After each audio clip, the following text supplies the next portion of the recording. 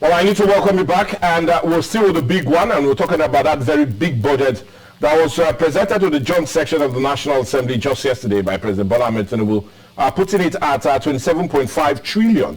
Well, many will say, is it really going to renew the hopes of Nigerians, as also christened with that very budget, or do we see it slightly different from how the budget have been in the last 8 years? Well, that would also be dependent on its implementation, just like what our guest said, and we're talking of no other person, but our very own economist, Mr. Gideon Gomes.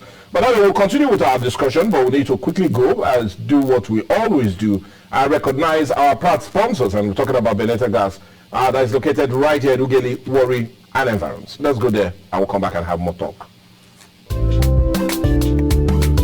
Oh, yeah, follow the road, auto better quality. If you dey talk gas matter, oh yeah, follow Benetta. Gas with the better quality, Benetta gas. Gas where they full rich man to Benetta gas. Home delivery brother na sharply, Benetta gas. Benetta gas no mango, Benetta gas. Different type of gas cylinder, Benetta gas. Gas wey go last you well, Benetta gas. For gas matter, Benetta now do good, Benetta gas.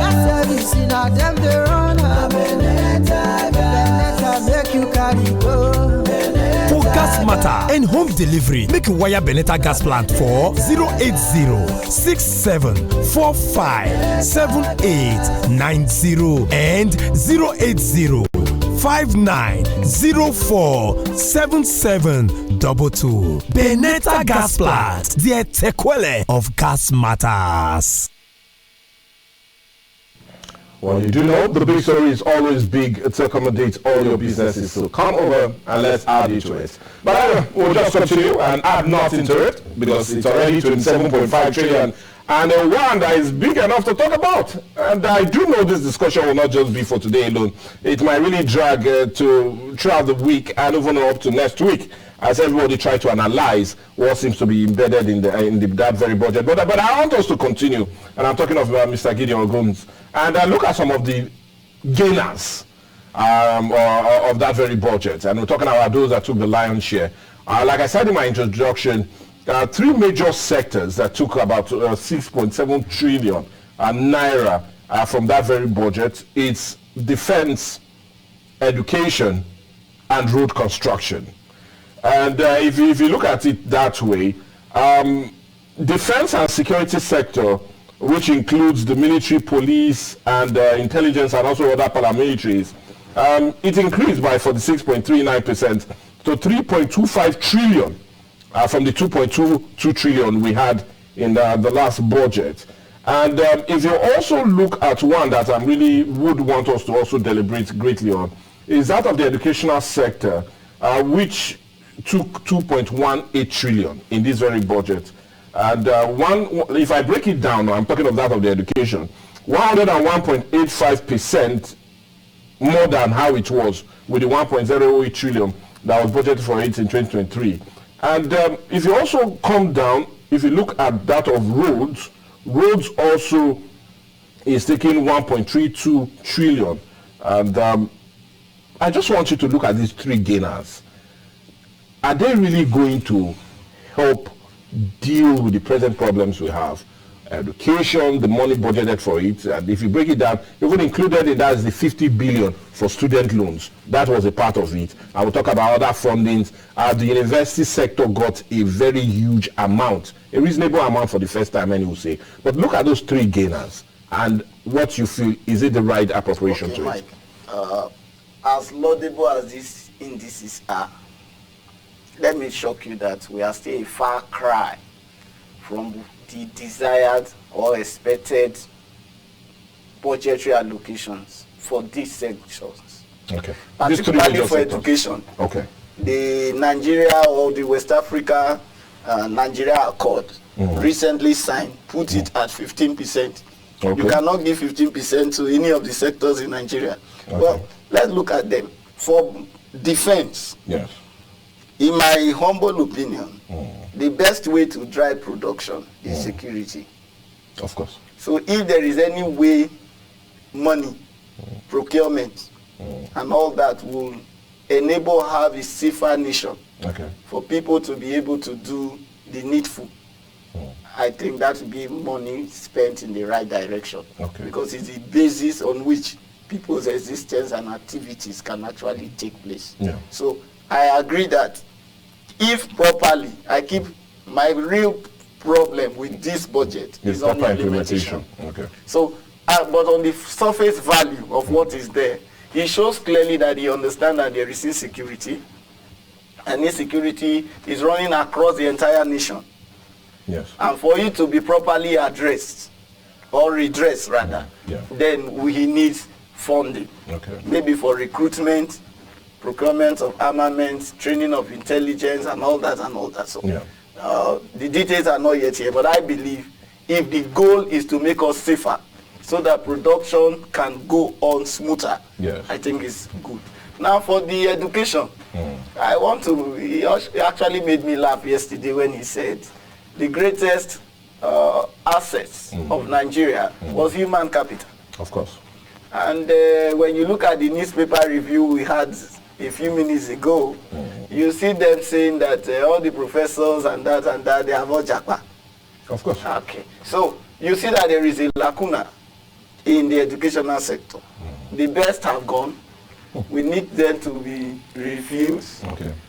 Then he added yesterday that even the 0 to 6 should be properly harnessed at that little age. Of course. Which means that if again implementation is good, the primary school sector should be revamped. Is going to be revamped. Okay. Because as we speak today, if not that there are private schools, the Nigerian way of literacy is already going southward. Okay. We are only surviving because a lot of the only other business in most commercial cities is private schools. Because what I'm asking now, he tends to put about 251 billion for the Universal Basic Education Commission. He said it clearly that he has seen that the foundation of education, which is the primary education, have been left behind. And so he's thinking of how to show up between 0 and 12 years to be so that a child who goes through a public elementary school should be able to be literate and be able to count numbers. So you feel the 700 billion that will be allocated to the Tertiary Education Trust Fund will help deal with the issue of lack of lecturers in our schools? I am coming there, Mike. I have an issue with those at the tertiary end. Okay. My reason being this: they have TED funds. Already. There are so many other funds that attend to the tertiary sector of education. So I think that rather than give them another chunk, except they are talking on salary or some infrastructure, if not, all their infrastructural issues, because we have educational tax, we have the test fund, we have the NDDC, also many. So, but the segment that have been left out is the primary and secondary. Okay. In my opinion, they are not doing enough. Take the federal government, for example. All it has is about 104 unity schools in the whole Nigeria, where you know the population we are talking about in this age bracket runs into 40 to 50 million. Of course. So it should do a little more to bring primary and education to a standard level where people, so that will take money. But putting it again at the universities, I have my quarrel, because the ones they have received, we cannot say. I cannot say. If lecturers are complaining that there are no research laboratories, there are no... Upon all the amounts being budgeted the question, for. What happens to the budget? What is test fund doing? It is for these purposes that this organ particularly was set up. So if we think we have solved the problem and the problem is coming back to the national budget, then somebody should be called to order. Okay, yeah. The third one, I don't want to look at roads. I want to look at infrastructure. Truly, our infrastructures are in poor states. Shambles. And if you look at what Umahi have been doing, the Minister for Works, you discover that even in the contractor terms, there have been issues. I think a few months ago, he was forced to say every contractor should come and let them read between the lines again. So there is a flaw somewhere that needs first and foremost to be blocked. And if they cannot block it, this money will go down the drain again. But do you see his new push for a change of our road construction is the reason that I'm referencing the infrastructure is taking the third place in this budget? He is trying to move us into a particular direction. It will take money. I agree, but it's not money first. It's on paper. Have we developed a template in the procurement or contractual agreements that will give us what we want? 2, you are saying we should move away from asphalting. I agree. I'm in support of that. But then, do we have the sufficient cement factories or production that will not cause the price of cement to go up? It needs to be a balancing. On the mind, the idea is good. The idea is it sustainable? So, if we are talking of infrastructure generally, then we need to look at why we are where we are and what we should do before we think of the money.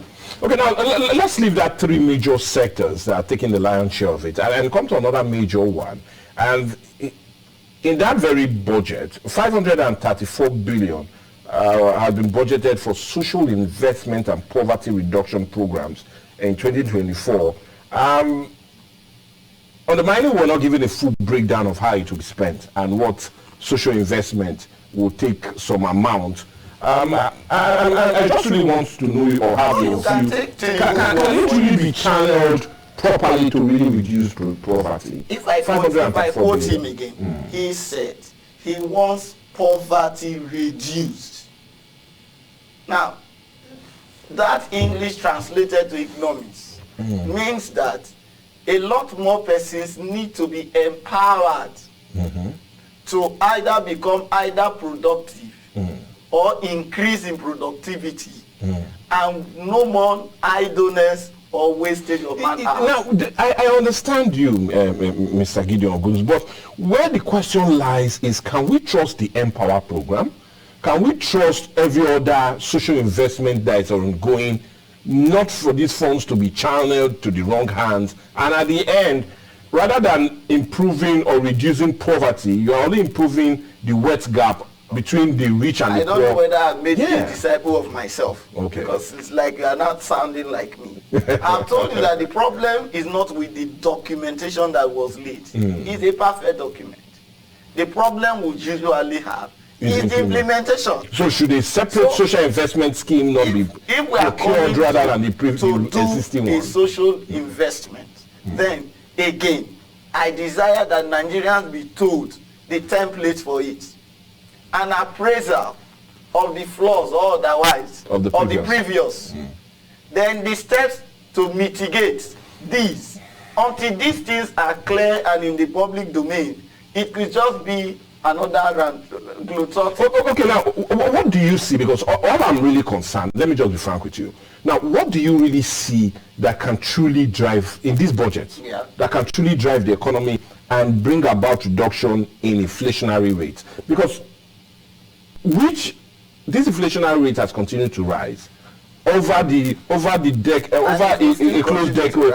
It has continued to rise, and funny enough, because of even the inflation, PDP, like I said this budget is deceitful, adding that it has no mechanism for economic recovery. But I don't want us to bring politics into it. But what will help drive this economy as stated in the budget, and do you see that really happening?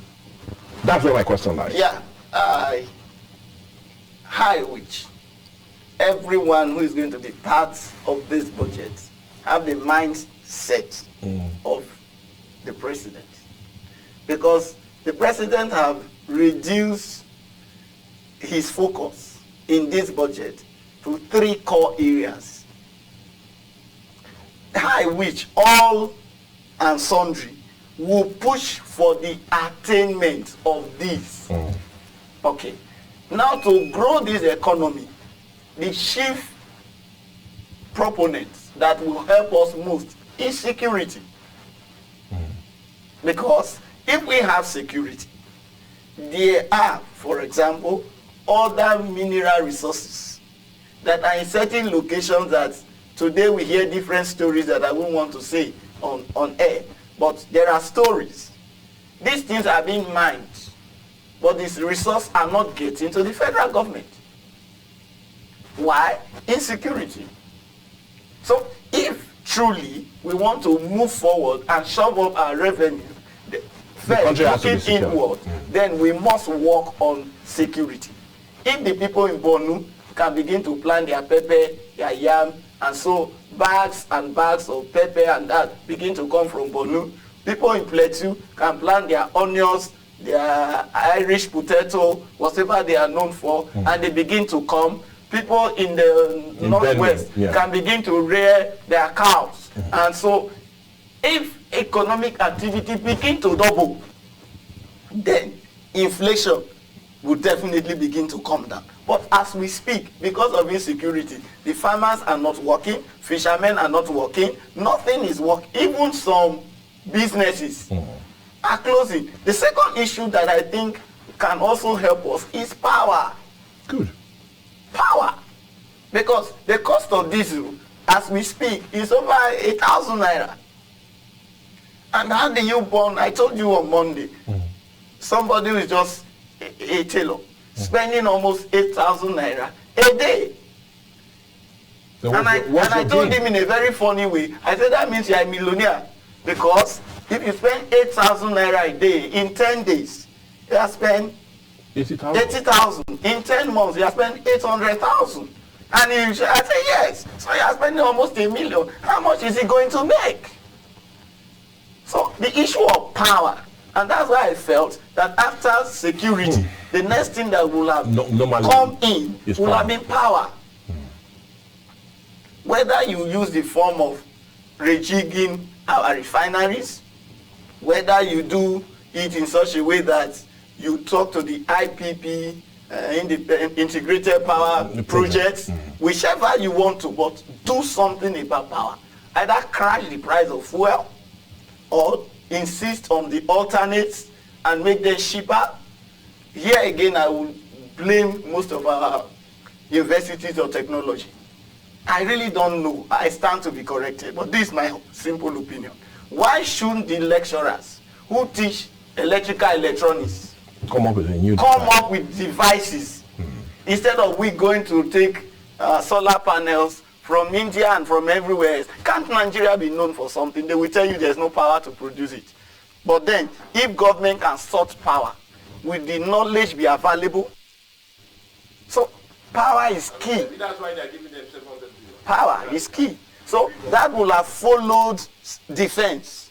Then I will have said, okay, we are going in such a way to make production possible. The third thing I also want to say, if we want to shop up production and hit inflation, is infrastructure, which from the budget is trying to take a huge chunk of money. But how many roads?